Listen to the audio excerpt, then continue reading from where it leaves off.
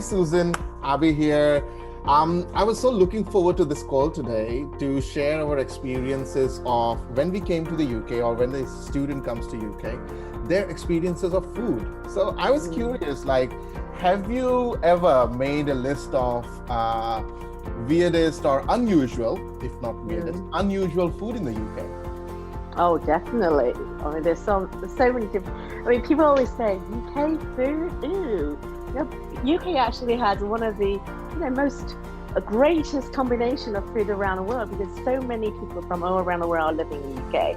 So first of all, it is an urban myth. Food in UK is not bad at all. You can actually sample all kinds, all from different cultures. But the ones that's been trending in the UK for centuries, now that's interesting because these are the things that before even coming to the UK, I have never ever heard about. So I've got a few favorites I'd like to share with you. My number one is actually bangers and mash. Can you tell what it is? I would rather you tell about that. Yeah. So bangers and mash is typically found in little cafes. A lot of them actually in central London, probably on the East End, or you go to a very traditional sort of coffee shop in a town or a village. And what it is actually just sausages and mashed potato. Yeah, potato mash. And it's called bangers and mash. So as the name suggests, the bangers is actually sausage. So you kind of use it to bang on people's head. I guess that's how the name came about. Funny, sense. Isn't it? Yeah. In fact, sausages have a very cultural involvement with Europe altogether, isn't it? Like even in the European countries, you have lovely sausages from Poland, Germany. Amazing. So banger and mash, that's great. Let me give you one of my favorites. I've made a note, right? And one was quite amusing in Scotland when I got a fried Snickers. You know the Snickers chocolate? They would actually batter it up and fry it. Oh my God. Of course, it is the most unhealthiest food, but then it was yum. It was yum. Right, okay. Yes. Does it taste like a donut? Well, I can, trying to figure out. How does it taste in terms of the crunchiness? It's not a donut. It's not a chocolate anymore. It's not an energy bar anymore. It is fried. It is a different kind of a delicacy, I would say. Yeah, but it was fun. I went with my friends out on a night out and we tried it a few years ago. So yeah, that was quite weird but fun. Well, following on from your Scottish tradition, I will also introduce another kind of food with the Scottish name in it. But I'm not 100% sure this one originates from Scotland, or it's just a general English, British thing. And it's called Scotch egg. You must have had a Scotch egg before, right? Because we can easily get that in a supermarket. So what it is, Scotch egg, as the name suggests, it is an egg, except this egg is a boiled egg. And it's wrapped around a fried batter, so like bread batter on the outside. But within this egg, I think they carve out the egg yolk, and then you mix the egg, you chop the egg yolk up and mix it with a bit of meat and a bit of vegetable, and sometimes I would say celery.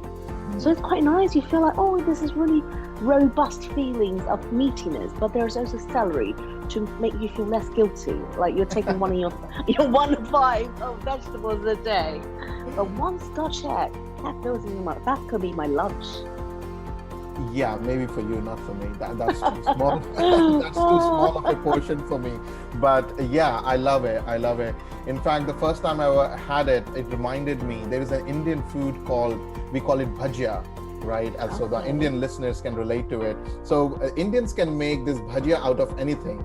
Put potato in a batter, it is potato bhajiya. Put chili, it's a chili bhajiya. Put egg, it's an egg bhajiya.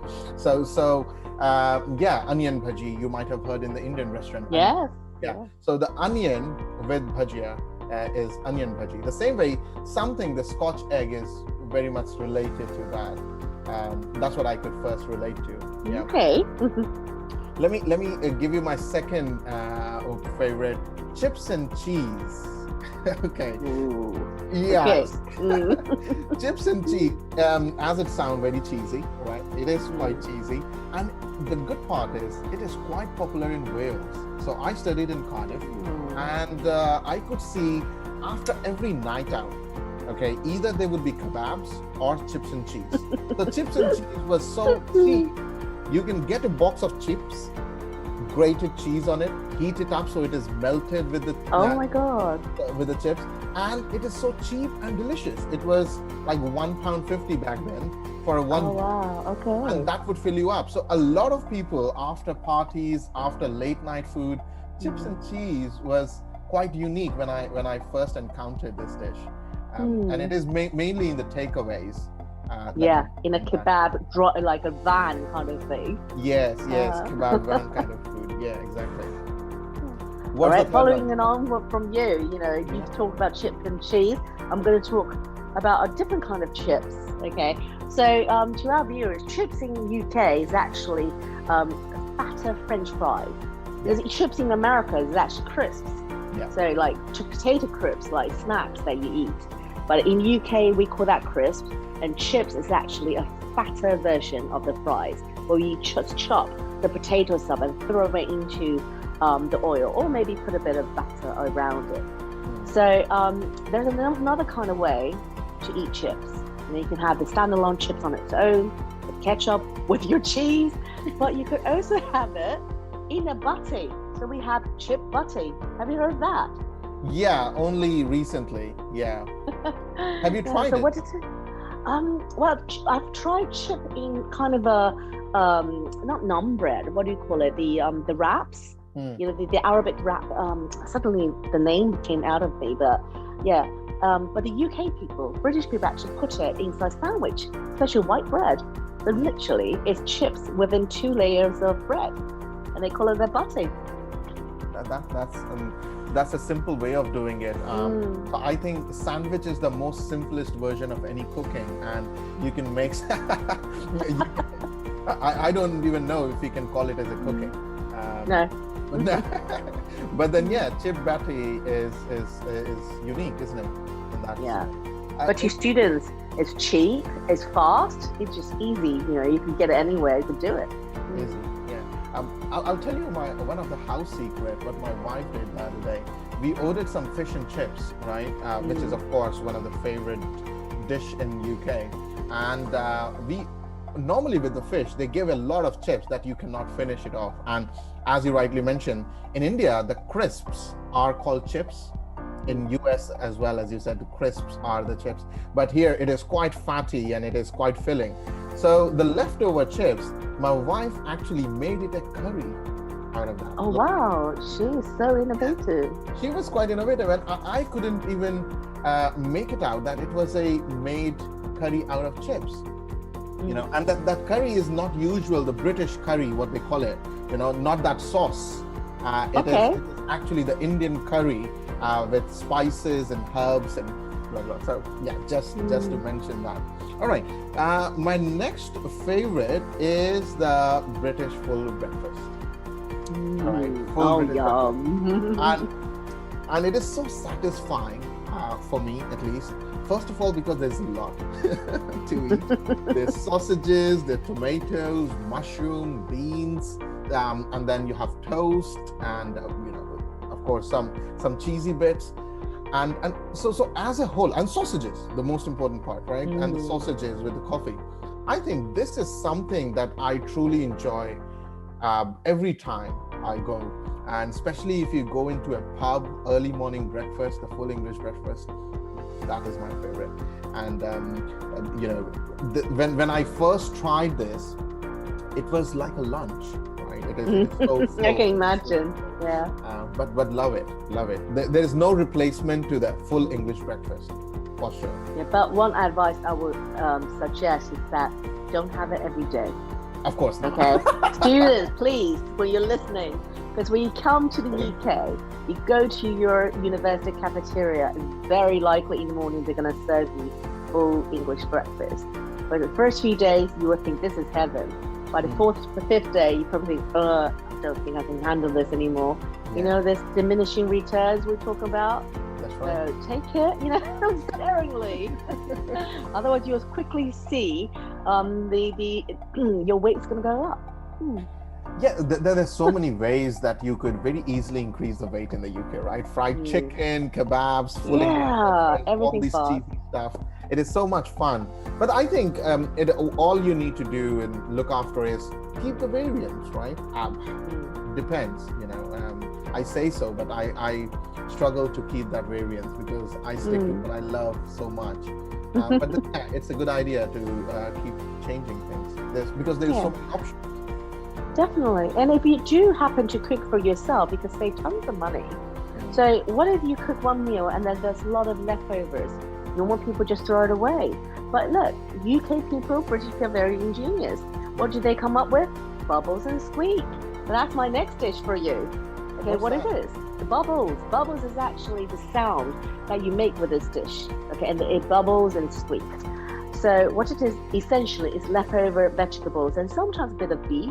We put it all together, throw an egg in, and then chopped potatoes. So you can imagine leftover leeks, cabbages, and maybe a little bit of carrots, anything that has not been eaten from overnight, and a bit of minced beef, throw it in, and as you fry it up, that beautiful sound of squeakiness, and you see all the bubbles bubbling up because of the egg.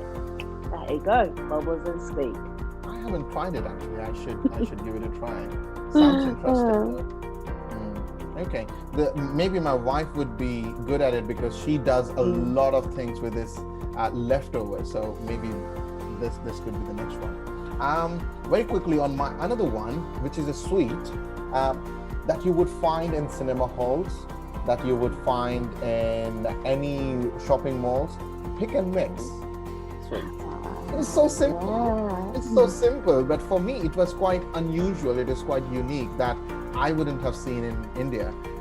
So pick and mix is various kind of gelatino sweets that of different shapes, a bit of a tanginess, a bit of a sweetness, different tastes and different shapes and different texture as well, right? And quite popular with kids because they play around with it.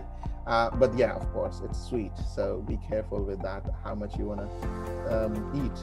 So yeah, it's so funny all the food we're discussing today, all very high calorific. we should make a video about healthier food for international. Yeah, how to live healthily as a student in the UK. I'm not sure if that would be much of an interest for the students, but yeah. Unfortunately, the next one is not going to be healthy because again, we're talking about dessert. Okay. You brought it up. You started with the sweet. So I'm going to introduce you to spotted dip. Okay, what a weird name. Yeah, when I first heard of it, I thought, there's no way I'm going to put that in my mouth. Spotted dip, what on earth? Okay, but dip, would you believe, is actually a very old word or term to describe dessert or cake or pudding. So spotted dip is literally spotted pudding. So when you think of them like that, then it's easy. Just any pudding could be sort of bread-based or a flour-based, lots of sugar, brown sugar. And the spotted things are actually the currants and raisins that you throw in to make it into a pudding. And on top of that, you have a dollop of custard. So there you go. Brits love a plate full of spotted dips. And the name makes it even more interesting, isn't it? I know, yeah. I wonder when you ask a waiter to bring that. That could be fun. Imagine, if you do that in America, I think people would just turn around and what? Okay. That's amazing. Having said that, this unusual food that we are talking about, but I also want to mention, Suzanne, that I love UK. One of the reasons is because you get food from every corner of the world, right? I want to eat Thai today. I want to eat authentic Indian, not Indians that you would find in many restaurants. I want to eat authentic Korean, authentic Chinese. There are really good restaurants and really good grocery stores where you can buy the ingredients and cook it for yourself. So in any way, in India, there is a big crowd of vegan and vegetarian people, right? And a lot of students and parents, they are worried that in UK, do I find this kind of food? Will my kid would be okay and maintain the beliefs? But the answer is yes. There's so many different grocery stores and uniqueness. In fact, The rarest of the thing that you cannot imagine, even I can bet you cannot find it in some of the towns of India. You can find that in the UK. Yeah, slightly expensive, but then you can find it. So this is something for all the Indian parents and those worrisome minds, eating habits. You would find anything that you find in India, pretty much anything. How do you feel? I fully agree with you. You know, when I first started this business, I remember some parents actually asked me, shall I pack a bag full of rice for my son or daughter to carry all the way to the UK? Or maybe I could ship it. You know, should I ship a rice cooker? Because, you know, us Chinese, we love our rice, but we have to have it, cook it in a proper way. We can't cook it in like a pot and pan with water. It just doesn't have that fluffiness. So I always turn around and say, no way, you know, there's no point, because you can equally get great rice, all sorts of rice. You could get the Indian basmati, you could get the Thai jasmine rice, you can even get, you know, the really famous that only grows in northeast of China. We call it the northeast rice, Dongbei Dani. You can even get that all over the place in the UK. And the best thing is, you don't necessarily have to go to these markets. Now you can do it online. You know what? Last year, COVID has taught us this.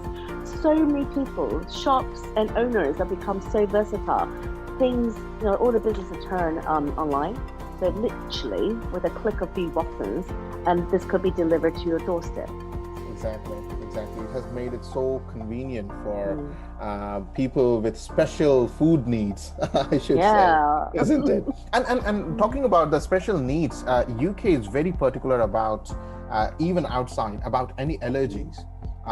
The disclaimers that I wouldn't see anywhere in India unless you're going to some 5-star restaurants, that nut allergy or a specific kind of, and they're quite, even in the smallest of takeaway, they look after you have dairy allergy or the nut allergy. If any of your the students or the parents are worried about, oh, my kid has this allergy, you will have enough warning signs. Yeah, definitely. I think that's the thing about Britain. They pre-warn you really clearly, and they mark everything on food, not just restaurant, but the food packaging itself. How much calorie per each unit, and if you finish the whole bar of chocolate, how much calorie you will consume. But you know, whether it's got nut, it's got gluten, whether it's vegetarian or it's got gelatin, which is actually not vegetarian, which I did not know. So you know, Haribo's, that's not vegetarian. Yeah. And it's very important. If you hold a party, if you come to the UK study, you're bound to have a party in the UK, right? So what do? On your birthday, you probably treat your mates to the bar, or get a cake and treat everybody else. But you just have to be very, very wary. In the cake, does it have egg? Does it have gluten? Does it have sugar? Does it have nuts? Because many people are allergic to any of those ingredients I just mentioned. If they consume it, they could actually flag up allergy, or even die in front of you. So beware. Great talking, Susan. I think the students and the parents would love it. In a nutshell, I would just like to conclude, there is a wide variety of amazing, delicious, healthy and not healthy food available in the UK. You can find the uniquest of the food that you are looking for in your home country. Either you're coming from China, India, Korea, wherever you're coming from, you will find that food, and I can guarantee you that after living here for 16 years. So have fun. You won't starve. I promise you. So have fun and get ready to explore UK. Yeah, and bring over some cooking skills, because you're bound to have some parties within your own dormitory or your accommodation. Exactly. And get cooking. Exactly. So guys, like and share this video if you like it, and have fun with it, basically. Yeah, we'd love to hear from you. Bye. Bye-bye.